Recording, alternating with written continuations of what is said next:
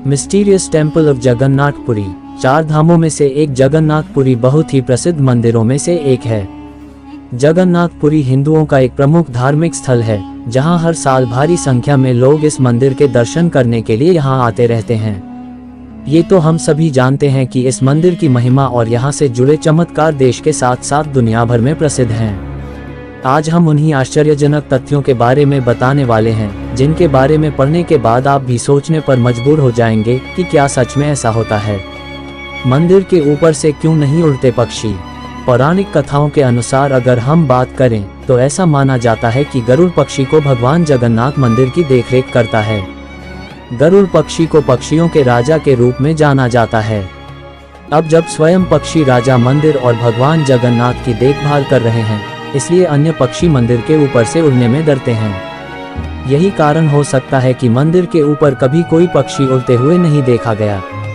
साथ ही अगर इसे वैज्ञानिक दृष्टि से देखा जाए तो जगन्नाथ मंदिर पूरी एक तटीय क्षेत्र हो सकता है, जिस वजह से यहाँ हवाएं बेहद तेज चलती हैं। और जगन्नाथ मंदिर की ऊंचाई लगभग 1000 फीट होने की वजह से हो सकता है छोटे पक्षियों के लिए उस ऊंचाई पर तेज हवा के साथ उड़ पाना थोड़ा मुश्किल हो। मंदिर के ऊपर से विमान क्यों नहीं उड़ते? जगन्नाथ मंदिर पुरी के ऊपर एक 8 धातु चक्र गोल आकार है, जिसे नील चक्र के रूप में जाना जाता है। ऐसा माना जाता है कि ये चक्र उड़ने वाले हवाई जहाजों के संचार में रुकावटें पैदा करता है और इसलिए विमान मंदिर के ऊपर से उड़ने से बचते हैं। और अगर हम बात करें वैज्ञानिक या तर्कसंगत तरीके से तो पूरी भारत के हवाई यातायात मार्गों के अंतर्गत नहीं आता, जिस वजह से स्पष्ट कारणों से विमान मंदिर के ऊपर उड़ते नहीं पाए जाते। हवा की दिशा को धता बताने वाला झंडा, चाहे पानी में चलने वाला जहाज हो या हवा में सूख रहा कोई आम का पड़ा हो, उड़ने की दिशा वही होती है जहां हवा चल रही होती है। लेकिन इस मंदिर के ऊपर स्थित झंडा इस थ्योरी के बिल्कुल विपरीत है, क्योंकि ये झंडा बिना किसी वैज्ञानिक तर्क के हवा के विपरीत दिशा में लहराता है।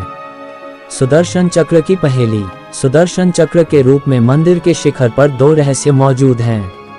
पहली, इस सिद्धांत के इर्द गिर्द घूमती है कि ऊपर लगा चक्र लगभग 20 फीट ऊंचा है और इसका वजन 1 टन है। उस सदी में मानव शक्ति के साथ बिना किसी मशीनरी के वहां कैसे गया होगा? दूसरा, चक्र की वास्तुशिल्प तकनीक है, क्योंकि आप इस चक्र को जिस भी जगह से देखेंगे आपको ये हर जगह से वैसा ही दिखेगा। इसे देखकर ऐसा लगता है जैसे इसे हर दिशा से एक जैसा दिखने के लिए डिजाइन किया गया हो। भोजन यहाँ कभी नहीं जाता व्यर्थ। हिंदू पौराणिक कथाओं में भोजन को बर्बाद करना एक बुरा संकेत माना जाता है और मंदिर भी उसी चीज का अनुसरण करता है। मंदिर में आने वाले लोगों की कुल संख्या प्रतिदिन 2000 से 2,000,000 लोगों के बीच होती है। चमत्कारिक रूप से प्रतिदिन तैयार किया जाने वाला प्रसाद कभी व्यर्थ नहीं जाता, यहाँ तक कि एक टुकड़ा भी नहीं। मंदिर में नहीं आता समुद्र की लहरों का शोर। मंदिर में 4 दरवाजे हैं और सिंहद्वारम मंदिर का मुख्य द्वार है। जब आप इस दरवाजे से प्रवेश करेंगे तो आप लहरों की आवाज स्पष्ट रूप से सुन सकते हैं, लेकिन जब आप सिंह द्वार के प्रवेश द्वार से मंदिर के अंदर पहला कदम रखेंगे तो आपको समुद्र की लहरों का शोर बिल्कुल भी सुनाई नहीं देगा। जब आप मंदिर के बाहर आएंगे तब आपको फिर से लहरों का शोर सुनाई देने लगेगा।